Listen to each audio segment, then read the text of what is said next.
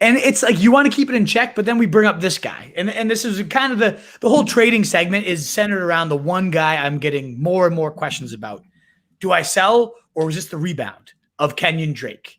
And this is where emotions, you want to kind of listen to them and then you want to keep them out at the same time. And that's what I mean by this is the first 5 weeks, you would have taken a hammer and bludgeoned Kenyan Drake to, the way he was treating your fantasy team. Sure. You've been offering to trade him for, I forget, you've used a different unappealing thing every week since we've done this show. Chewed up peanuts is the one I can remember, but there's another.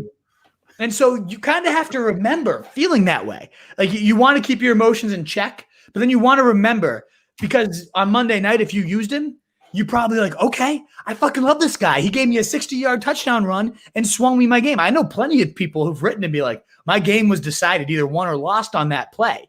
And you see the 28 whatever points next to his name, and it's like, oh, shit. Like, okay, maybe Drake's back. But I don't want you to forget those first 5 weeks and how you felt and what you want to do and how I felt as an owner. I still own him. I'd be selling as fast as I could. This was not a sign of a Kenyan Drake revival, in my opinion. He still saw no receiving game work. He still was getting shoved up the asses of his interior linemen. They just decided to block today because they were facing the fucking Cowboys. Can we just talk about the elephant in the room, which I'm glad you just brought up? This was a Cowboys team whose defense is already legendarily bad. They just lost their franchise quarterback, and to say they sucked in this game, both offense and defense, would be just an absolute underselling of the word suck. It'd be generous. It'd be nice. Zeke sucked. Dalton sucked. Although I'm going to say something. I rarely defend Andy Dalton. I remember one time 4 years ago in a podcast that you and I were doing, I said I watched a game that Andy Dalton was the quarterback in, and I kind of thought that he was playing the way that someone would play if I all of a sudden jumped into their body, having never been an NFL quarterback, and all of a sudden was facing a pass rush and had to throw balls. I was like, that's what Andy Dalton looked like. And so I'm the first guy that'll hate on Andy Dalton. How many passes did they drop that guy hit in the hands? I mean, they had probably like 6-7 drop passes. They were awful. That team had quit by the time he made that 60-yard run. Yep. Like they stacked the box, and I was like, as they were handing it off, I was like, oh, he's going to run for a touchdown if he just gets by this one guy. And he did. There was just nobody there. Let's not get too excited about running a 60-yard touchdown in against one of the worst defenses I've ever seen in my life on a week that they were specifically phoning it in, even for as bad as they were. Exactly. Good for you getting the points for Drake, but I'm selling too. Can I give you some guys and ask you if you would trade them for Drake right now? Absolutely. Straight up? Yep. All right, I'm going to give you 5 running backs, then I'm going to give you 5 receivers. Would you trade Drake for Miles Sanders? I'd rather have Sanders. Okay. Would you trade Drake for Myles Gaskin?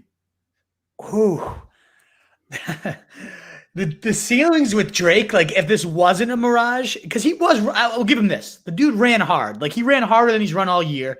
He's playing like a man who has his job on the line for the first time. And I'm happy. And he does because he does.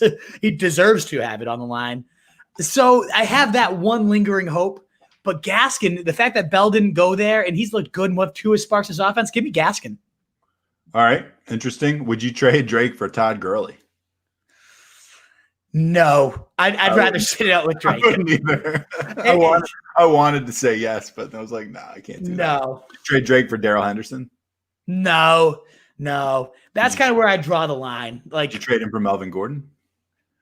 No, because Lindsey looked pretty good. Like Drake has gone up to like probably running back. I want to say like 18 or so the rest of the season for me. But like, those committee guys that like who could lose their job at any moment, which Drake is Drake is that guy. Drake is one of them. But I'd rather take the shot that this wasn't a mirage than take a stab at like Darrell Henderson, because I think he is a mirage. I think Gurley is too touchdown dependent. But I've seen like, would you rather have Clyde Edwards-Helaire or Drake? I'm like, give me Clyde all fucking day. Like, how's that a question? Of course. Yeah. I would throw in a lot to sweeten the deal. Yeah. All right. What about some receivers? Would you rather have Drake than Tyler Boyd?